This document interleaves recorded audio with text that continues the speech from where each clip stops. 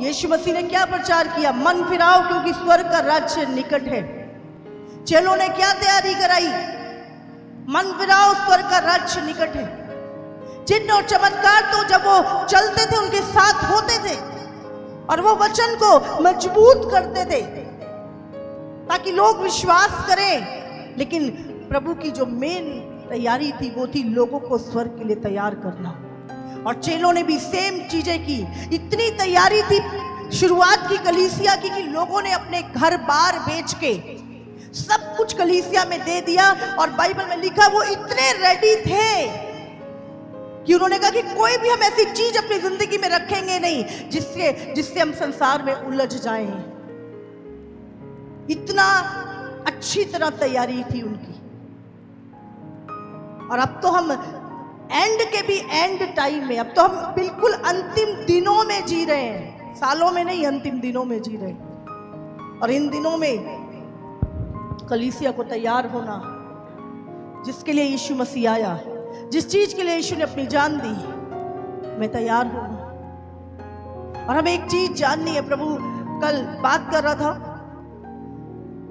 और एक रेवलेशन परमेश्वर ने मुझे दिया कल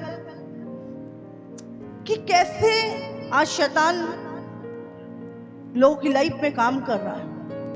बाइबल में लिखा है कि तुम शैतान की युक्तियों से अनजान नहीं हो, इसलिए उसको अपने जीवन में अवसर मत दो। अगर आपके पास ये बाइबल है तो आप शैतान की युक्तियों से अनजान नहीं है। यदि आपके पास एक संगति, आप कलीसिया है जहां आप वचन सुनते हो, तो आप शैतान की युक्तियों से अनजान नहीं। इसीलिए प्रभु ने कहा शैतान को अपने जीवन में अवसर मत दो। कैसे ये चीजों की शुरुआत हुई? अगर आप वचन जानते हो, आप कभी फंसोगे नहीं उसके चाल में। देखो, शैतान के एक क्या है, एक स्पिरिट है और हम भी एक स्पिरिट, लेकिन परमेश्वर ने मनुष्य को दे दिए। बाइबल में लिखा है परमेश्वर ने मनुष्य को भूमि की मिट्टी से बनाया और अपना आत्मा उसके अंदर फूका। और जब अदन के बाग में जब परमेश्वर ने इंसान को बनाया तो किसके स्वरूप में बनाया? अपने स्वरूप में। हूबहू परमेश्वर ने अपने जैसा बनाया मनुष्य को, अपने स्वरूप और अपनी समानता में। तो हम किसके स्वरूप में बनाए गए हैं? परमेश्वर की। इसीलिए शैतान हमसे बहुत ज्यादा जलता है। उसको जब वो आपको देखता है, उसे कौन दिखता है? परमेश्वर दिखता है, क्योंकि वचन कहता है कि परमेश्वर ने तुम्हें अपने स्वरूप और अपनी समानता में बनाया है।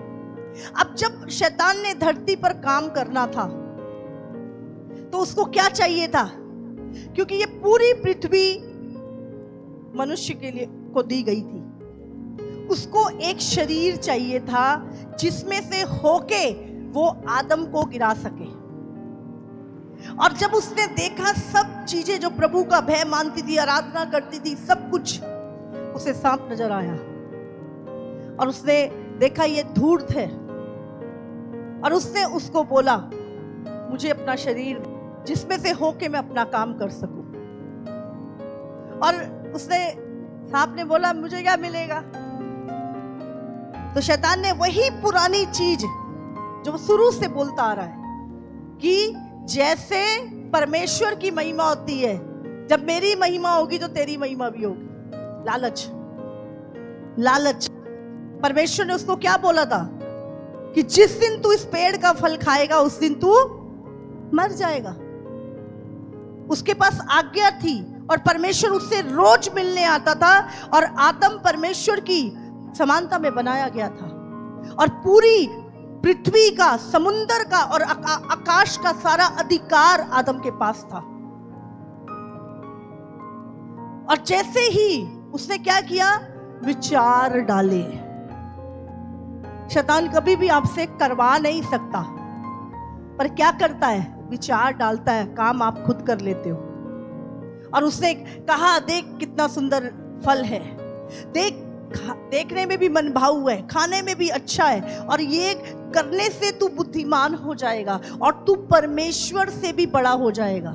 जबकि परमेश्वर ने मनुष्य को अपने तुल्य ही बनाया था। और वो क्या कह रहा है, तू परमेश्वर के तुल्य हो जाएगा। हालेलुया। और क्या हुआ, जैसे ही हव्वा ने उस फल को तोड़ा, खाया और आदम ने भी खाया, उनके जीवन में क्या आया, अनाज्ञाकारिता।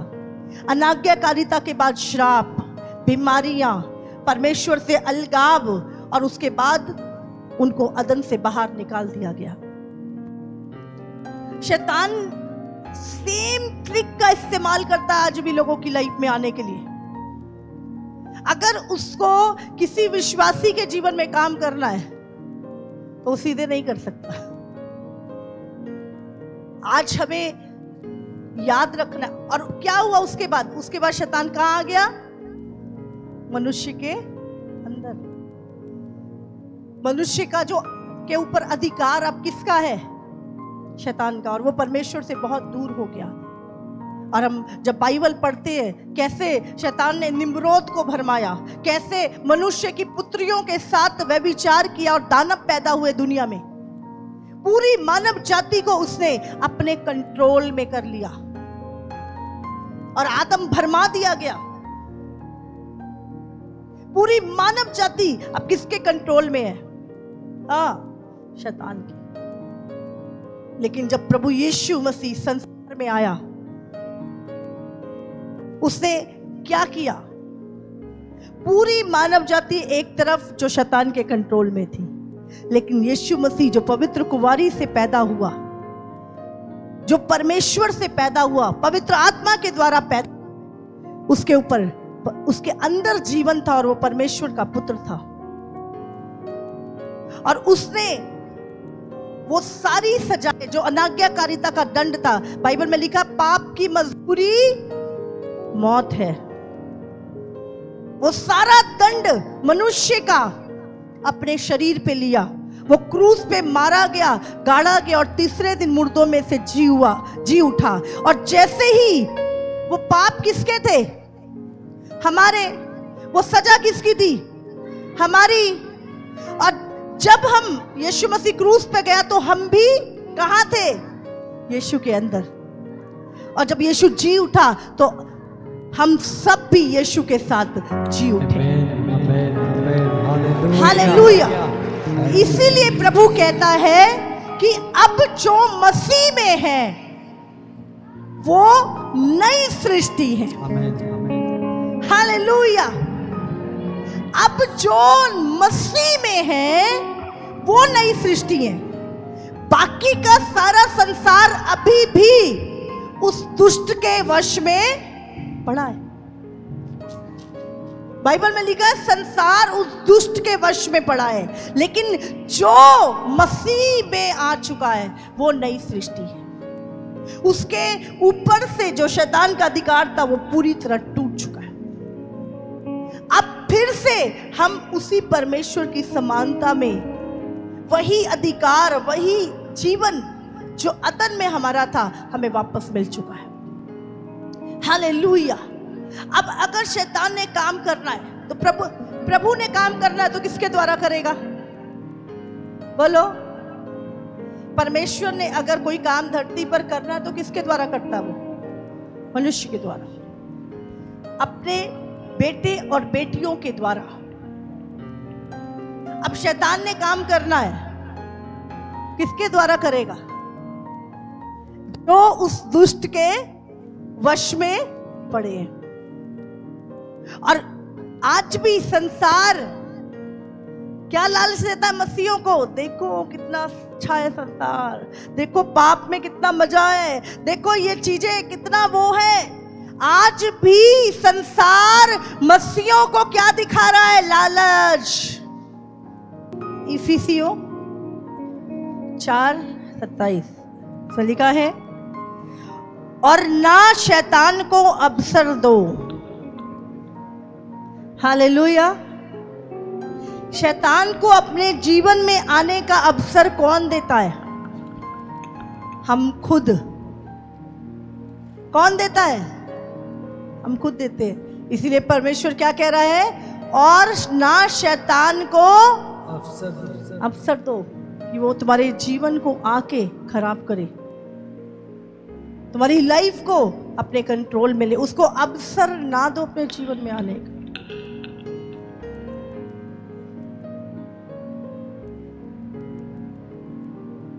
हालेलुया।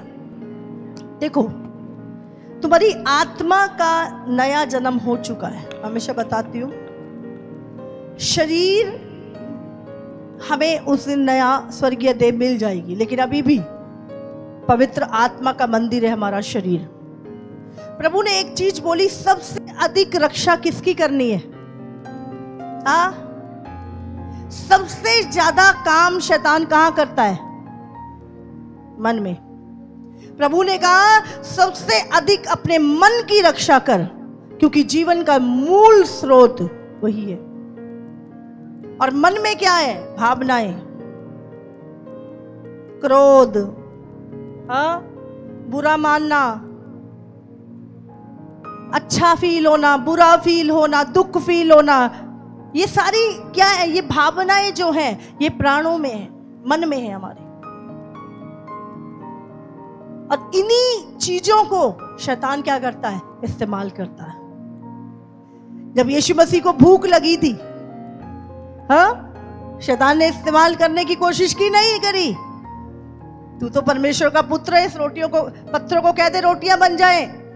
तो क्या उसकी फीलिंग जो भूख की थी, उसको यूज करने के लिए शैतान तुम्हारी फीलिंग को पूरे दुनिया का राज्य दिखा के, वही जैसे हब्बा को दिखाया था, ये सब कुछ मैं तुझे दे दूंगा, झुक जा मेरे सामने। आंखों की अभिलाषा। आज भी वो इन्हीं चीजों को परमेश्वर के पुत्रों की लाइफ में, परमेश्वर के बेटे और बेटियों की लाइफ में, उन्हीं चीजों को इस्तेमाल करता है शैतान। वो सब चीजें दिखा के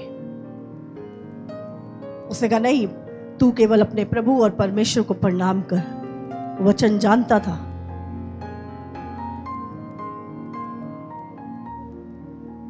मेरी आराधना कर। जब आप उसके, अब क्या हुआ? जब शैतान के भ्रम में आदम और हव्वा आ गए, तो फिर वो किसकी आराधना करते थे? परमेश्वर को छोड़ के उसी दुष्ट की आराधना करने लगे, उसी की पूजा करने लगे। शैतान भी बहुत सारे लालच, बहुत सारे भ्रम देके अपनी आराधना करवाना चाहता है, लेकिन उसकी आराधना आप ऐसे नहीं करते। वो आपको लालच देता है पहले। क्यों जाओगे आप उसको? आपको पता है परमेश्वर परमेश्वर है, लेकिन उसको ले जाने के लिए आपको क्या दिखाना पड़ेगा? फल, लालच, धन, अभिलाषाएं, ये सब चीजें वो दिखाएगा ताकि आपको अपने राज्य में एंटर करा सके।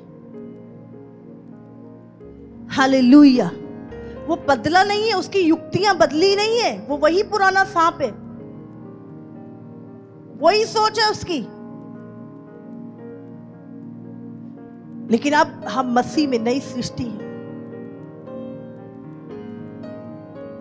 1 कुरिन्थियों 8 उसका 5 और 6 वचन क्या लिखा यहां पर? यद्यपि आकाश में बहुत और पृथ्वी पर बहुत से ईश्वर कहलाते हैं, बहुत सारे ईश्वर कहलाते हैं, पर क्या लिखा है? जैसा कि बहुत से ईश्वर और बहुत से प्रभु हैं, तो भी हमारे लिए तो एक ही परमेश्वर है, अर्थात पिता, जिसकी ओर से सब वस्तुएं हैं, और हम उसी के लिए, और हम किसके लिए हैं? हम उसी के लिए है। क्या लिखा है? एक ही पिता है, एक ही परमेश्वर जिसने सब कुछ बनाया, और हम, बोलो हम, उसी के लिए है। लेकिन जो अभी मसीह में नहीं है, उनके ऊपर उन्हीं ईश्वरों का, वो जो आकाश में है, कब्जा है। अभी वो उसी स्पिरिट में चल रहे हैं, लेकिन हम जो मसीह में हैं, हमारी जीवन उसी के लिए है और हम उसी के लिए हैं। और एक ही प्रभु है, अर्थात यीशु मसीह, जिसके द्वारा सब वस्तुएं हुई और हम भी उसी के द्वारा बनाए गए हैं। हालेलुया। कुलस्सियों 3 उसका 5 से पढ़ेंगे। इसलिए अपने उन अंगों को मार डालो जो पृथ्वी पर हैं, अर्थात व्यभिचार, अशुद्धता, दुष्कामना, बुरी लालसा और लोभ को, जो मूर्ति पूजा के बराबर है। इन्हीं के कारण परमेश्वर का प्रकोप आज्ञा न मानने वालों पर पड़ता है। हाँ, समझ रहे हैं? इन्हीं के कारण, आज्ञा ना मानने वालों पर परमेश्वर का क्रोध पड़ता है। क्या लिखा है? इन्हीं के कारण अशुद्धता, व्यभिचार, दुष्कामना, बुरी लालसा और लालच, इन्हीं के कारण परमेश्वर का प्रकोप आज्ञा ना मानने वालों पर पड़ता है। और तुम भी, जब इन बुराइयों ध्यान से सुनो, तुम भी जब इन बुराइयों में जीवन बिताते थे तो इन्हीं के अनुसार चलते थे। हालेलुया। जब हम मसीह में नहीं थे, हम भी इन्हीं बुराइयों में अपना जीवन बिताते थे, क्योंकि हमारे ऊपर वही शैतान का अधिकार था उस टाइम पर। जब तक हम मसीह में नई सृष्टि नहीं बने, तब तक हमारे ऊपर भी उसी का अधिकार था। हालेलुया। और प्रभु कह रहा, पर अब तुम भी इन सब को, किनको? जो पहले थी चीजें, क्रोध, रोष, कड़वाहट, गुस्सा, बैर भाव, एक दूसरे से जलन, नफरत, बुराई, निंदा और मुंह से गालियां बकना, ये सब बातें छोड़ दो। एक दूसरे से झूठ मत बोलो, क्योंकि तुमने पुराने मनुष्यत्व को उसके कामों समेत उतार डाला है और नए मनुष्यत्व को पहन लिया है, जो अपने सृजनहार के स्वरूप में, समझ रहे हो? पुराना मनुष्यत्व जो शैतानी था, हमने उतार के नया मनुष्यत्व जो परमेश्वर के, हमारे सृजनहार परमेश्वर के स्वरूप के अनुसार ज्ञान सही प्राप्त करने के लिए नया बनता जाता है। हालेलुया। अब क्या है? हमने नए मनुष्यत्व को पहन लिया है, जो परमेश्वर का ज्ञान प्राप्त करने के लिए नया बनता जाता है। समझ आ रही है आपको? अब पुराना जीवन, पुरानी बातें, पुराना मनुष्यत्व क्या है? उतर चुका है और हमने नया मनुष्यत्व को पहन लिया है, जो हमारे सृजनहार के स्वरूप में बनता जाता है। कितनों को समझ आ रही है?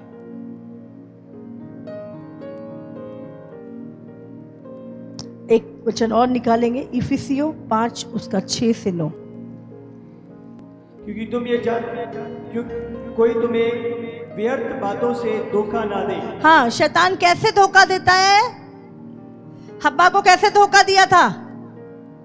बोलो, व्यर्थ बातों से। और आज भी अगर किसी मसीह व्यक्ति को शैतान ने गिराना है, तो वो क्या करता है? हाँ, व्यर्थ बातें जो आत्मा के अनुसार नहीं है, जो शरीर के अनुसार है, जो आत्मा के अनुसार नहीं है, जो शरीर के अनुसार है, व्यर्थ बातों। प्रभु क्या कह रहा है यहां पर? हाँ, पढ़े। क्योंकि इन्हीं कामों के कारण परमेश्वर का क्रोध आज्ञा न मानने वालों पर भड़कता है। हाँ, इसलिए तुम उनके सहभागी ना हो, क्योंकि तुम तो पहले अंधकार थे, परंतु अब प्रभु में ज्योति हो। पहले क्या थे तुम? अंधकार थे, पर अब मसीह में ज्योति हो। तो कोई तुम्हें व्यर्थ बातों से धोखा ना दे। हालेलुया। पढ़ो आगे। अतः ज्योति की संतान के समान चलो, क्योंकि ज्योति का फल सब प्रकार की भलाई और धार्मिकता और सत्य है। हाँ, और ये परखो कि प्रभु को क्या भाता है। ये परखो कि प्रभु को क्या भाता है। क्या जो मैं कर रहा हूं ये प्रभु को भाता है? क्या ये काम प्रभु को भाता है? परखो। हालेलुया। इसीलिए व्यर्थ बातों से दूर रहो। शैतान हमेशा व्यर्थ बातें, वो बातों से क्या करता है जानते हैं? आपके इमोशन को जगाता है। हब्बा रोज उस चीज को देखती थी, डेली वो फल उसके सामने लगा हुआ था, कोई फर्क नहीं था, कुछ नहीं फील हो रहा था, लेकिन उसने क्या किया? व्यर्थ बातें। देख कितना सुंदर है, देख कितना मनभाऊ है, देख बुद्धि देने योग्य है, तू इसको खा लेगी ना परमेश्वर से भी बड़ी हो जाएगी। अब शैतान क्या करता है? व्यर्थ बातों से तुम्हारा ध्यान गलत चीजों की ओर लेके तुम्हें इमोशनल करता है डेविल। मैं हमेशा बोलती हूं जितने पाप मनुष्य करता है, कभी भी कोई व्यक्ति तुम्हें किसी चीज के लिए कुछ बोल रहा है, अपने इमोशन पे कंट्रोल रखना। वो जैसे जैसे बोलेगा वो तुम्हारी इंप्रेशन देखना चाहता है, तुम्हारे फेस इंप्रेशन, तुम्हारा हार्ट इंप्रेशन, तुम्हारे मुंह के इंप्रेशन क्या है। यही शैतान चाहता है कि तुम एकदम से भड़को, एकदम से गलत अपने मुंह से निकालो, एकदम से तुम्हें बुरा लगे, तुम चीखना शुरू कर दो। और वो क्या करता है? वो अपनी गेम पूरी करके चला जाता है, और तुम कर देते हो भावनाओं में बह के उसका रिजल्ट भुगतते हो फिर। हालेलुया।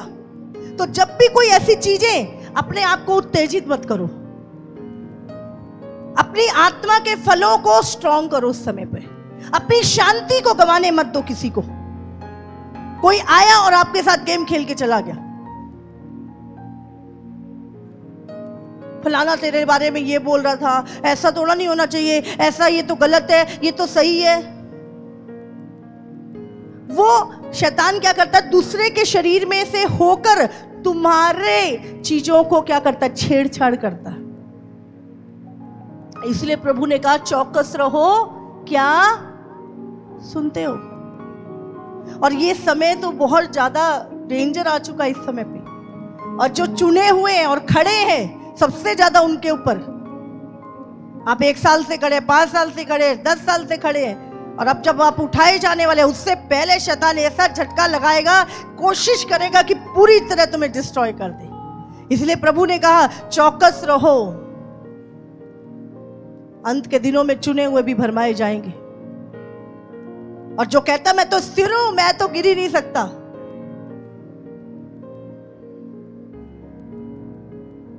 प्रार्थना करे कि स्थिर ही रहे। तो हर तरह का बैर भाव, क्रोध, गालियां बकना, जलन, ईर्ष्या, ये सब बातें छोड़ दो। अगर ये अभी भी मसीह की कलीसिया में है तो कहीं ना कहीं वो सर्प बैठा है तुम्हारे भीतर,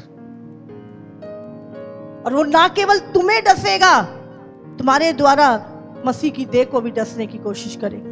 वो अपना पर्पस पूरा करेगा तुम्हारे द्वारा। जब यीशु मसीह क्रूस पे जा रहा था, हाँ, पतरस, प्रभु तेरे साथ ये कभी ना हो। ना ना प्रभु, झिड़क रहा है उसको ले जाके साइड में। क्या बोल रहा है तू क्रूस पे चला गया, हमारा क्या बनेगा? ना ना प्रभु तेरे साथ कभी ना हो। बहुत सारे लोग बहुत अच्छा बनने की कोशिश करेंगे आपके आगे, आपके सगे बनने की कोशिश करेंगे आपके आगे। आपको लगेगा यही मेरा सबसे बड़ा वेल विशर है, जो आपको आपकी दौड़ से वंचित करे, आपके मकसद से वंचित करे, प्रभु की इच्छा से वंचित करे। वो चाहे शहद क्यों ना बन जाए, पर अंदर से वो तुम्हें फाड़ खाने वाला भेड़िया है। याद रखिए, इसलिए चौकस हो जाओ। ये चिकनी चुपड़ी बातें, और यही की थी उससे हब्बा के साथ, और यही करता है आज भी वो। इसलिए अपने इमोशन को शांति बनाए रखो अपनी। कोई बात नहीं, प्रभु से माफ करे। आपके शब्द मसीह के शब्द। उसे क्या बोला? हे पतरस, तू कितना अच्छा है ना, देखा उसने मुझे ऐसा बोल दिया, मुझे भी बड़ा बुरा फील हुआ। नहीं, तुझे ही देख, बाकी चेले नहीं आए ये बोलने, तू ही आया है बेचारा, तुझे ही मेरी चिंता है ज्यादा। हाँ, तुझे ही मेरी फिक्र है, बाकी चेलों ने नहीं बोला प्रभु तू क्रूस पे ना जाए। अगर यीशु फीलिंग में होता तो ये बोलता, अगर यीशु शारीरिक होता तो वो ये बोलता। लेकिन यीशु मसीह ने क्या बोला? ऐ शैतान, मेरे सामने से दूर हट जा। तू मुझे परमेश्वर के मकसद से दूर कर रहा है। तू मुझे मेरे क्रूस को उठाने से, जिसके लिए मैं पैदा हुआ, जिसके लिए मैं आया हूं, दुख उठाने ही मैं आया हूं। जब तुम बोलोगे दुख उठाने ही मैं आई हूं, मैं मसीह में दुख उठा के कठिन मार्ग पे चल के ही अपने मार्ग को, अपने मंजिल को पाऊंगा। आपको पेन होगा, चर्च आना आपको पेन होगा, वचन पढ़ना आपको पेन होगा, प्रार्थना करनी आपको पेन होगा। कठिन मार्ग है। और जो लोग आपको इमोशनल करते, याद रखो, वो खुद भी नरक में जाएंगे और आपको भी ले जाएंगे। इसलिए अपने इमोशन के ऊपर काबू रखो। कोई आपको कर रहा है तो आपका उत्तर यीशु जैसा होना चाहिए। इसीलिए यीशु मसीह ने क्या बोला? मेरे पद चिन्हों पे चलो, जो मैंने रिएक्ट किया वो तुम रिएक्ट करो।